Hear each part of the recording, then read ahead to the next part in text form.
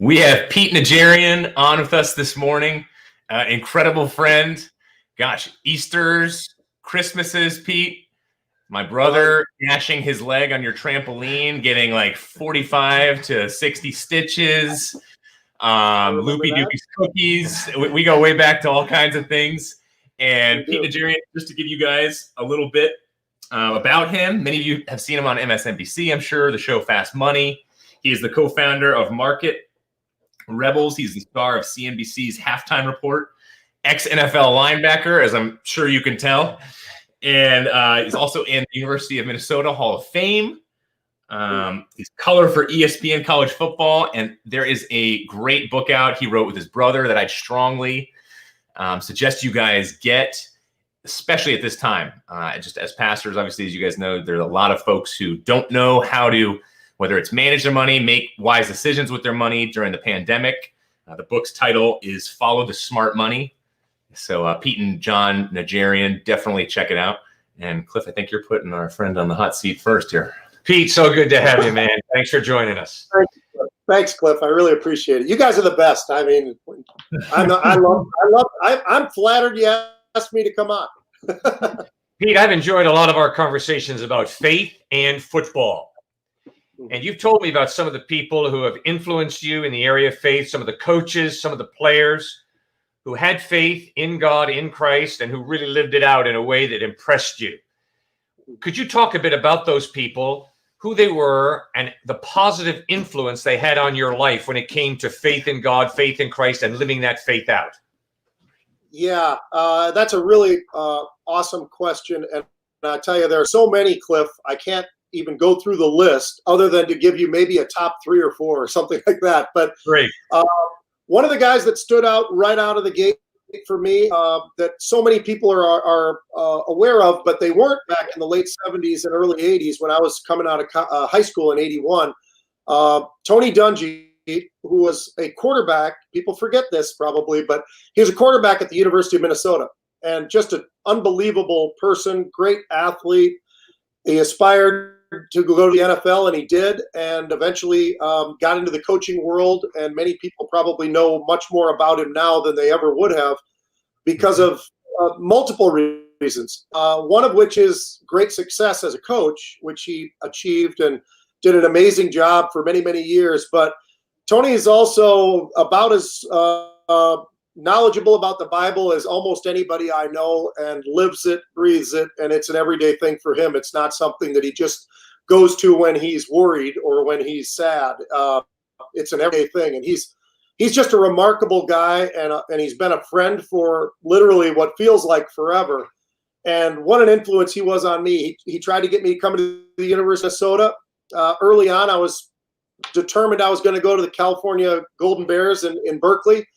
And because of a lot of different reasons, and Tony being one of them, I was convinced to go to Minnesota. And then later, when he was with the Pittsburgh Steelers, he reached out to me again and said, "Hey, Pete, you fit the mold as a linebacker here in Pittsburgh. You really ought to come." And he gave me all kinds of convincing reasons why. And foolishly, I didn't listen to him and made choices to go other places. It worked out, but I would love to have. I never got the opportunity to play for Tony, and his faith and some of the tragedy that he's had to deal with, but lower some of the tragedy. This is a guy who has leaned on his faith his whole life, and it was an inspiration for a guy like me. And Tony came from an interesting part of the world in an interesting time in the 70s, and he had to face a lot of different obstacles and went over them. And I think a lot of that has to do with his belief in Christ. So he definitely is one of the first names that would come to mind. I'd bring up Lou Holtz, who I was lucky enough to play for as well. And I played for him at the University of Minnesota just for 2 years before he went off to Notre Dame to win them a national title 2 years later.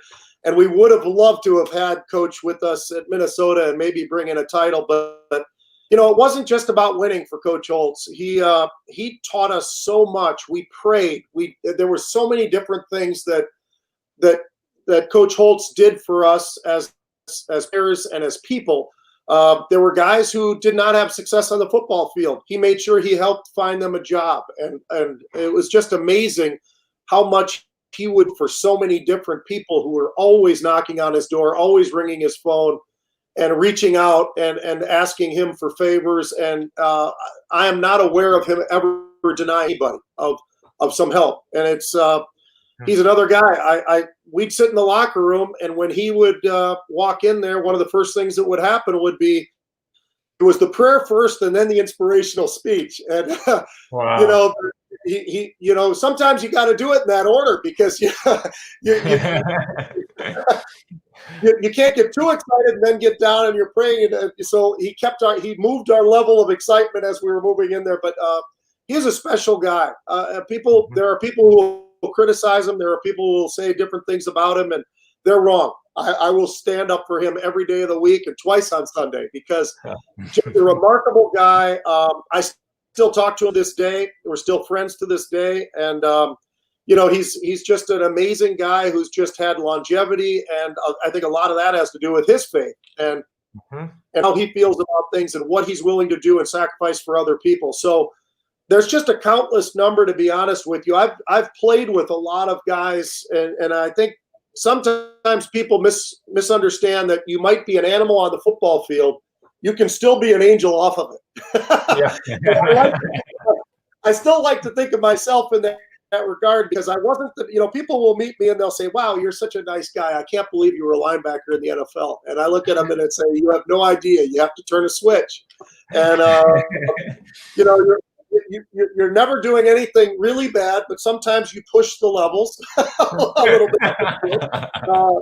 But I was never that guy who would ever in a million years want to hurt somebody or do anything of that nature. But, I did play to the end of the whistle, and that was what I was taught. And that's kind of what got me in trouble once in a while. Sometimes the end of the whistle that I heard was different than the referees. But, you play aggressively out there, and then when you come off, people don't realize how good of friends you are with your combatant.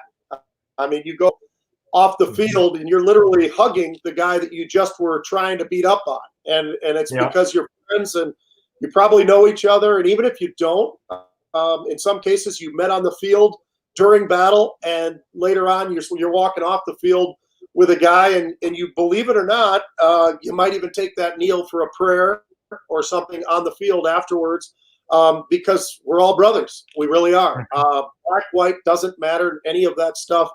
And people say, well, you don't see color. And there's more truth to that than you could ever imagine on the football field, because there's such a blend. There's the economic blend of guys coming from wealthy homes and guys who came from absolutely nothing. Black guys, Hispanic guys, white guys. It doesn't matter. They're your brothers. They really are. And I truly believe that. And here I am in the home of what happened, which was awful, with George Floyd, and that all occurred right next to my junior high school and my high school. And so I made it to 2 blocks from each one. And I know that corner well. I know that neighborhood better than anybody. And it's one of those things where I think faith has helped a lot of those people get through this. And I have friends who still live there in that neighborhood, who had their homes even unfortunately looted to some degree, and they bounced back, and they still have their faith. So there's a lot of influences. I love the question. I could go on too long, and I don't want to do that, but there are so many people who've influenced me in that central neighborhood. My high school football coach, Rich Robinson, was one of the all-time greats. He was our athletic director as well. I'm friends with him to this day. And his son worked for the Minnesota Vikings for the last 29 years. And he's a great kid.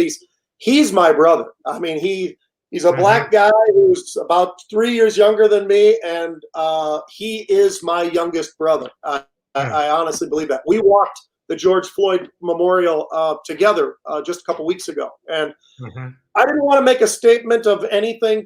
It was just to make people aware that I'm there. I'm supportive of a lot of the things, not supportive of some of the others, but very supportive of the community and trying to get this thing fixed, and hopefully religion, I think, oftentimes can heal a lot more. Well put, Pete. Stuart, did you have? Just listen to Pete. I think it's just sparked one thing in my mind. It's fascinating how so much of the Black community who were raised in really gospel-centered Black churches, and we know Black churches really thrive more than any other churches, in my personal experience, in America. And I think that goes back even to slavery, and how much hope and how much of the gospel and how much having a suffering God at the very center of the communities that they were meeting in. Yes, their white slave owners absolutely dragged them at times to church, but they said themselves that that's not real religion, just like Martin Luther King Jr. said later on. And kind of just what Pete's saying right now really sparks my thinking, takes me back to when I heard this professor say, the Black community is so good at when there is racial injustice like this in not responding. So you think of so many different examples. You think of, the A&E church. You think of that Black man who was shot by the white female cop a couple of years ago. The families respond so frequently by saying, we're not going to strike out in violence, but instead, Jesus Christ is at the very center of who we are and what we believe in. And we believe that there is a judgment day. So we don't need to get retribution here on this earth, right here, right now. Instead, we're going to leave that in the hands of God. And that kind of breaks the cycle of revenge that we so frequently see. Yes, well put. All right, Pete, let's move from faith in football to faith in family. I have so enjoyed hearing you talk about your precious mother and the profound influence that she had on your family. Tell us about her. Oh, man. My mother, who passed away a year ago, May, lived an amazing life. She had 90 unbelievably great years on earth. And the last 6 weeks, not so great. She had a stroke just completely out of nowhere. I mean, she was still shoveling snow in Minnesota in March before that day came around, and wouldn't let me do it for her. So unless I got over there early enough, she wouldn't let me do it. Just an amazing lady, incredible faith. And she and my father, both of them, they honestly together were an amazing couple in terms of, hey, look, Sunday rolls around, we're going to church, but it's not just on Sundays. Our prayers throughout the week, and that's something that came from her. She's Bibled up in Minnesota, Western Minnesota. You're on the farmland out there, and there's a lot of folks that have incredible faith, and Mom certainly being one of them. She was raised that way and raised us in the same way, and we lean on it all the time. And that we all know that everybody goes through something at some point in their lives that's pleasant, and that if you can, it's not just at those times that you're leaning on God, but those are the times you might lean a little bit more, and you get that feeling that you're not alone and all that. So amazing lady who definitely demonstrated and lived out her life. And my wife to this day will say to me, I don't know how your mom did it. I don't know how she forgives this person for that. I don't know how she does it. And I think that was just her incredible inner faith in God. Sure, she was going. She never worried once, Cliff, in 90 years where she was going when she passed away, because I think she she passed that on to me. I feel very, very comfortable, and I joked about it with Mom and Dad both all the time in some ways or whatever about, hey, look, I know where I'm going. I'm in hands with this guy, St. Peter. But I think I joke about all that stuff, but it's because of their presence in my life and bringing God to all four of the boys that we got through some tough times. My brother Paul died of ALS, which was an awful death. But he had faith. Mom and Dad never gave up, and they passed that along to all of us. So I think it helped make us better people, not just religiously, but it moves so many different parts of your life that having God with you makes you a better person always, and makes you always think. It sounds so corny, what would Jesus do? What we got, all that stuff. But the reality is, you have to. Would you say that if Jesus was standing next to you, or what would you do? And I don't think enough people take that into perspective to kind of step back when things are really tough, and just sort of catch their breath and say, all right, what's the right thing here? Doesn't mean I always do it, but I really try hard to always try to do the right thing as best I can. Neat. Pete, you mentioned your brother's tragic death through ALS. How did you handle that? What did your faith impact you and your brother and your family as you went through that painful death of his? Yeah, that was as tough as it gets for me. I've had friends who've had awful things happen to them as well, in life, many different types of death. But obviously when it's your brother, it's that much more difficult. And watching him, I don't know how he did it. It just, he kept his mind, he kept his spirit. There's a guy who's got a feeding tube, and he has to write on what they call a boogie board to be able to communicate, because unfortunately, Paul was an actor and a model and a great looking guy and all these great things going for him, and had an incredible sense of humor and 3 small children, a wonderful wife, and great family. They looked like they had the perfect life.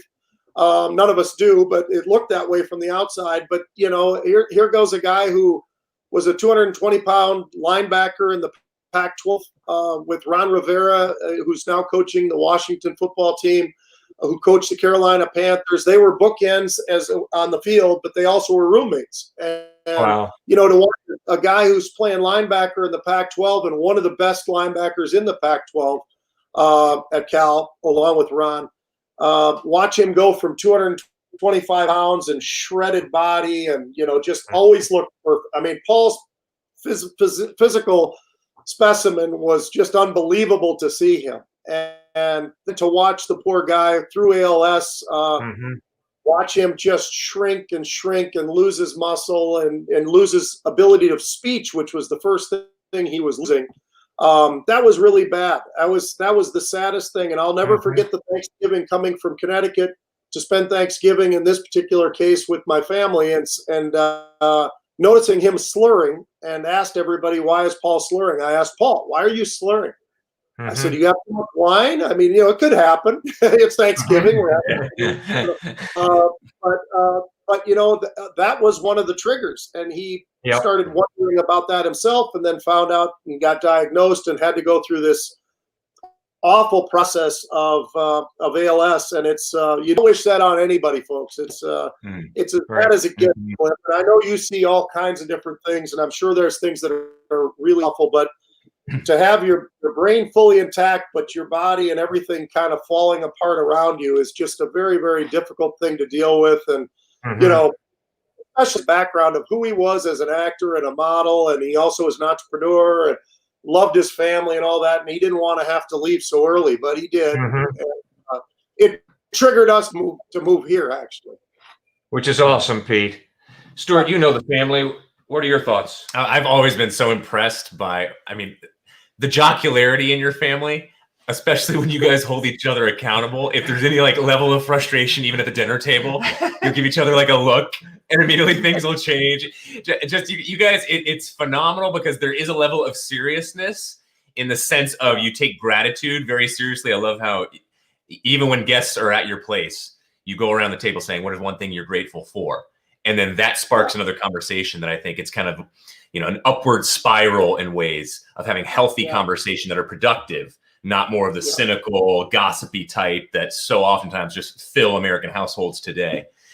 But Pete, maybe speak to that some from just a family man perspective, because I've always really looked up to you as a model in the sense of your approach, certainly to God, to Christ, and then also in just how you lead your family. How important is that for anybody really to hear? And especially in our day and age, every type of social institution is now under fire, and it's looked after with tremendous skepticism. And even so, a lot of kids that we talk with, whether it's on college campuses, or I'm talking with a lot of 20s, 30s folks right now that they're so anti-authoritarian across the board. Right. How have you parented in that way? How have you found success? Yeah, it's just something we wanted to make sure that our kids early on, very, very early on, in fact, in our first, it was really our second home, but when we moved to a suburb, when we were living in the Chicago area, and we moved to this beautiful, great little town of Western Springs, it's Mayberry from the old days, and it still is. It's great. But the house we lived in was right across from a Congregational church that was literally across the street. And that became church, and the kids knew it, and I wanted them, and so did my wife, who didn't grow up with much religion at all, but she loved it right away when I was. She saw how I felt about it and how important it was to me, and she jumped in, and she's been all in ever since. And we just wanted to make sure the kids weren't cynical, they weren't as skeptical, and there's a lot of things that I think there's so many different reasons why I wanted them to understand faith early on. And it's something that I'm so impressed that both of our children, Lex and Cole, I'm just so impressed that it has stuck with them. And I think part of it was, there's something about a routine that helps, I think. But also, sooner or later, there's got to be that little light switch that comes on. And we have been lucky over the years, including going to your guys' church, which we absolutely loved when it was in the school, and then transformed to this beautiful place up on the hill. And there's something about being there with other people as well, and sharing that whole experience, and people of faith getting together, and it's just a great thing, and I think it was just really important for us, and I always wanted to make sure that people understand. You guys know better than anybody, because as pastor you deal with this all the time, but you don't just pray for things for yourself. I think people get caught up sometimes in that whole thing. I think it's what are you thankful for, which is really important, and that's what you were talking about. I mean, we like to go around the table after we pray for our food and our great lives. We love to just talk about, what are we thankful for? What specifically, are we thankful for? And a lot of the time it's just what an incredible day, and how lucky, we might be for, whatever happened during the day. And it's just, some very simplistic things, but those simple things mean a lot. And, it's never material things. It's always just the wonderful things, the delivery of an unbelievable sunny day, sometimes in August, and maybe sometimes you needed that rainy day to come down. I mean, it's just a matter of feeling that God's in our lives every single day, through the good, through the bad, and I think the most important thing that I always tried to influence on the kids was, you don't just pray to God when things are bad. That's not the way this is supposed to work. You should be thankful always, and thankful for the great times, and maybe lean on them when it's really tough. But I think it's just really important that people, and our kids have done a great job of being those stewards of this idea of, hey, look, God's with me every day. He's with me in those really bad days. He's with me on those really great days. And you never forget about them. And I think that I feel bad, because I see people that I would call, you call them Monday morning quarterbacks when you're talking about somebody who's talking about football and what they would have done. But I also see, unfortunately, oftentimes where people's faith just seems to be when there's a bad time hitting. And I think it's important to be thankful all the time, through the good and the bad. And I think all of them, Loopy, who was new to it, and both kids, they totally embrace that idea, and every single day is a new day that you gotta. And one thing I learned from Lou Holtz, and part of his prayer that he gave every one of us when we were there, and he gave us on a little football card style thing, was don't waste a day, because you never get this day again. And it struck me as like the perfect line, because it's amazing. Why would you not take advantage of every single day? And it doesn't mean you're successful in whatever you're doing, but do your best to have every single day be meaningful in some way or another. And sometimes you need to relax. Maybe that's the best you had for the day. So I'm not there to judge it, but enjoy every day. And that people look at me, they think I'm nuts because I'm always smiling. I'm oftentimes laughing, and but it's because I know how lucky we are. There's a lot of things and a lot of places that any of us could be. And I think that most of us are extremely lucky for every day. Thank you so much, Pete. All right, brother, we've talked about faith in football. We've talked about faith in finances. And now let's move to faith. We talked about faith in football, faith in family. And now let's move to faith in finances. Jesus talks a lot about money in the Bible. I've enjoyed watching you on CNBC talking about money and stocks and bonds and all those other fascinating issues.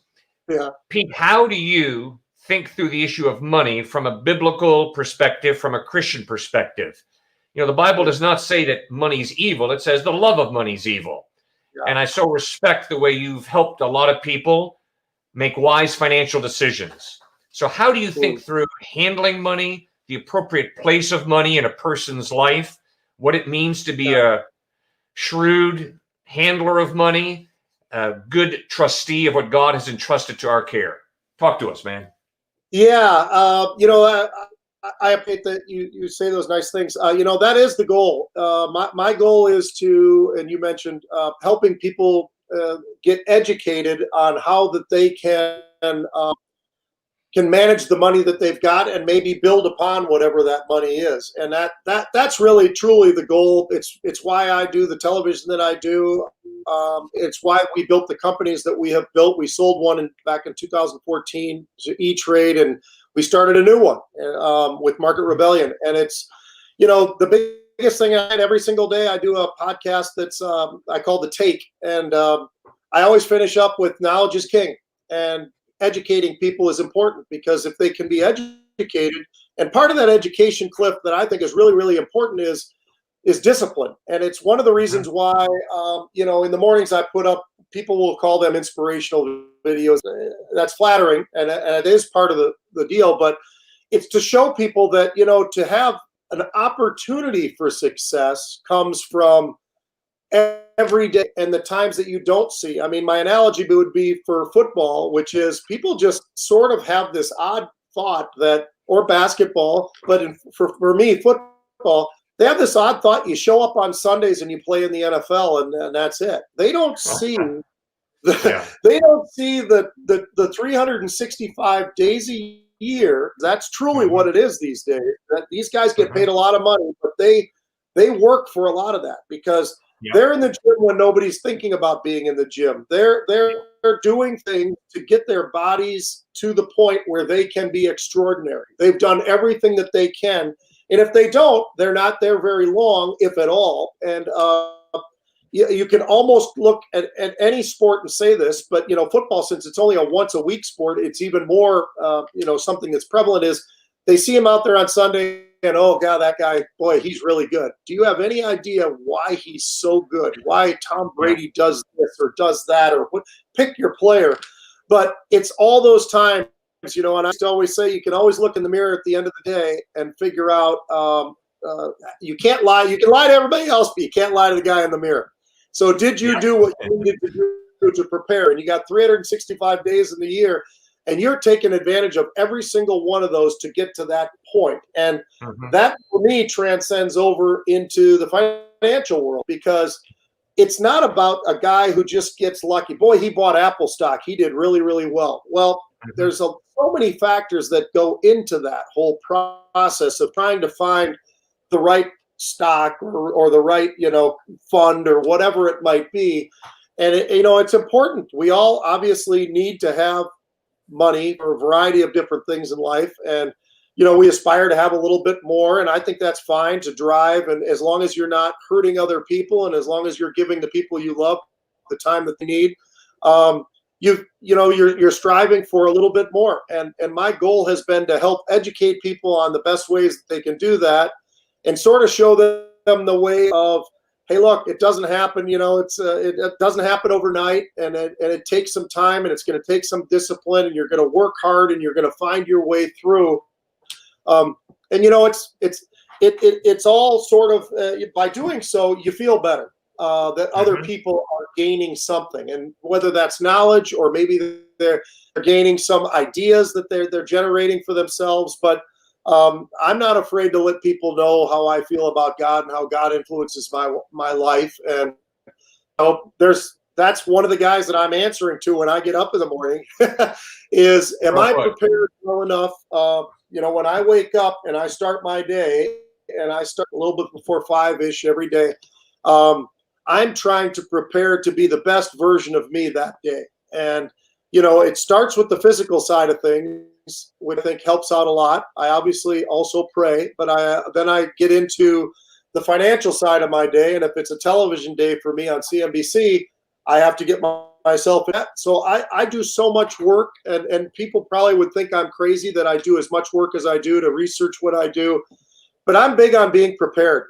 You know, I think that's part of the religious faith is you're always preparing for something, and you're doing your best. And it doesn't mean you're always ready for it, but you're doing your best to be prepared for it. And you know, I think it's really, really important. And like you said, I think it's a great Bible verse, but the love of money can be awful, and I see a lot of that. And I see a lot of that in Wall Street, and it's terrible, and I feel bad about that. But you know, hopefully, I'm a representative of Wall Street where it's not about the love of money; it's about the love of doing something and trying to help others and get others a leg up to be able to maybe have a little bit more.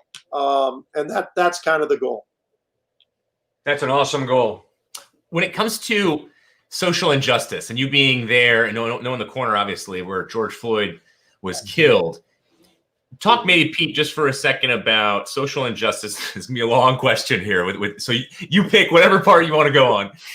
But you have numerous, one of the things that's really impressed me about you, not just as a person, but also how your mind works, whether it's the medical field with your dad, the wheelhouse you have with sports, with money, also how you speak to culture has really helped my thinking in the past. Speak to social injustice that you see, whether it's in the NBA, you having played in the NFL, whether it's money, whether it's the cancel culture that, obviously, you could say something wrong one day on television and your television career is done with. So I'm sure you think about that on a regular basis. Yeah. You're a man of pretty even keeled equilibrium. So I don't see you handle that stress so much, at least on the outside. And how do you think cancel culture,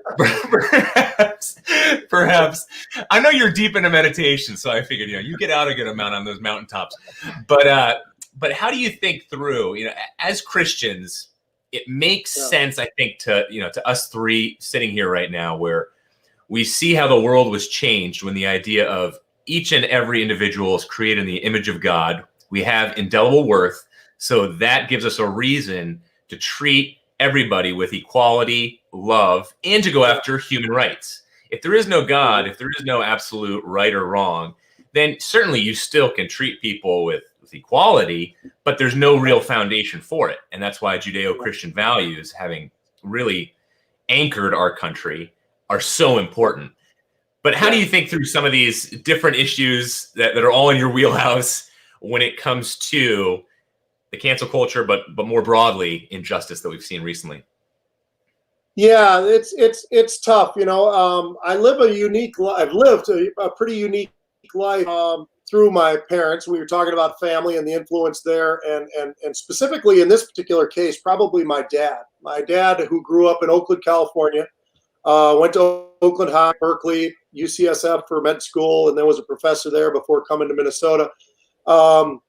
It's an interesting thing because Dad took so many great pages out of the Bible. He for a guy who's on the medical side, he did speak in a lot of churches because he had a flair and a love of Christ that he was a great pastor himself.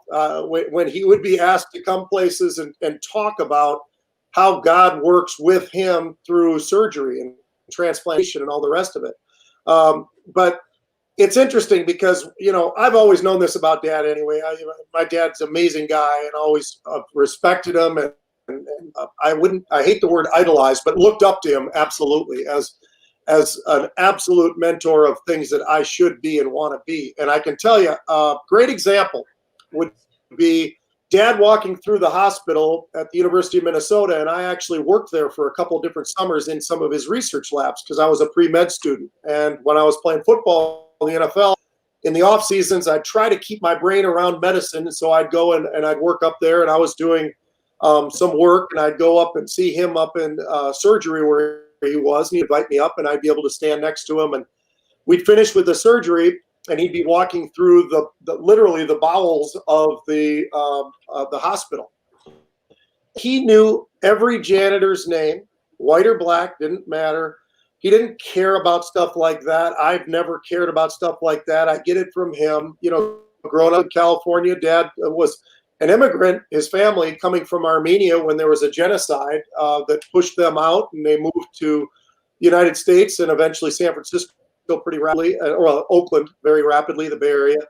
And you know, Dad's perspective, he knew not only the janitors and all the guys down there, every nurse, people by name. He knew their children's names, and would always reach out. And you know, it's funny because a lot of his peers would take the special elevators to go back to this and that and do other things, and just didn't get as involved in other people's lives. But you know, watching how Dad would reach out, you know, you think of the Bible, and people always talk about different parts of the Bible that you guys know better than any, and I know you've preached on it many times, but you know, Jesus walking around and oftentimes finding himself with some of the people that would be considered the awful people that are doing such sin and this, that, and the other, and him reaching out and trying to show them the way. And you know, I saw that a lot of that in my dad, as he would, you know, he'd come to Central High School, and you know, our school was extremely blended school with a lot of things going on, and you know, treating people exactly the same. Literally no difference between somebody else who might be a father of one of the players who is also a doctor, but you know, other mothers or fathers or family members that are there, they're all the same. They're all invited to our house.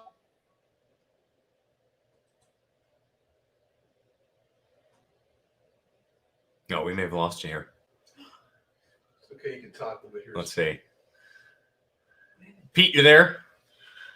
All right. Never So even knew that. there he is. But that was, you know, those were the kinds of things. So when I say I don't see color, we all see color. It's a ridiculous statement, but at the same time, you may see it, but I don't treat it any differently. And to this day, I see the injustice that goes on. I understand it. I talk to friends all the time. When I was playing in Tampa, and guys would be driving their cars down from different parts of the country for training camp, I'd listen to the guys, and I got it. You know, they would tell me, hey, you know, I'm a black guy driving in a Mercedes through this town. I'm going to get pulled over.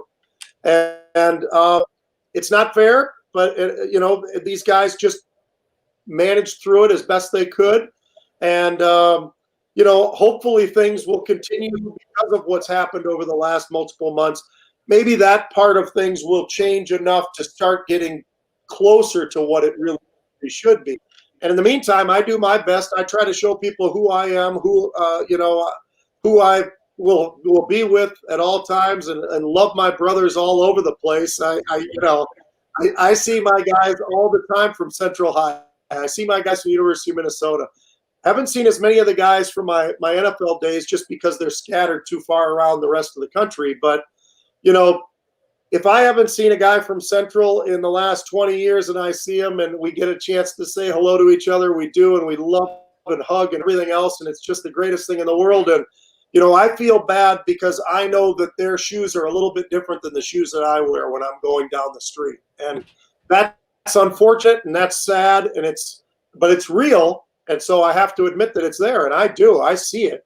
But, you know, I'm like so many of my other buddies, you know, we're working together to try to get this thing figured out. And let's not forget, a lot of these guys that I went to high school with or played college football with, African-American guys who are police officers, they're DEA agents, they're in blue or whatever. So they have to deal with so many headaches. They're considered sellouts to some of the other. I mean, it's a very difficult situation, but they managed through it really well. I'll give you one great example. The head football coach over at North High School, which was a rival of mine in Minneapolis here as a kid growing up, that was one of our biggest rivals.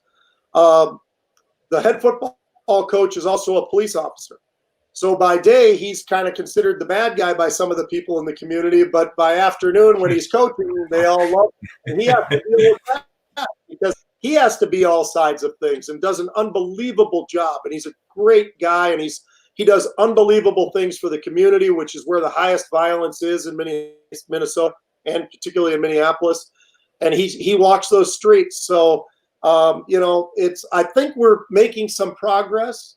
We got a long way to go, but I'm happy that people are trying to work closer with this idea that people should not have to face the injustices they do. Mm-hmm. Pete, thank you so much, man. This has been an awesome time. Your answers and your thoughts are deeply appreciated. Keep up the great work, brother. For sure. Thank you. You guys are the very best. I miss you guys. And I can't wait to get out there one of these days when it's all really, really safe again for us to travel. And I want to come to church and see you guys. I look forward to it. We will. It'll be a blast. Can hardly wait, Pete. That'll be great. We're going to add Pete's links below, so check those out, including that book that we had mentioned. Definitely check it out, especially just a large portion of our audience wondering what in the world to do with money guidance, as well as wisdom and knowledge like Pete had talked about. So check that out. And thanks again, Pete. Thank you, guys. Really appreciate it. Have a great day. Give our love to your family. I will, for sure. Thank you, guys. Thank you, Pete. See ya. Okay. See ya.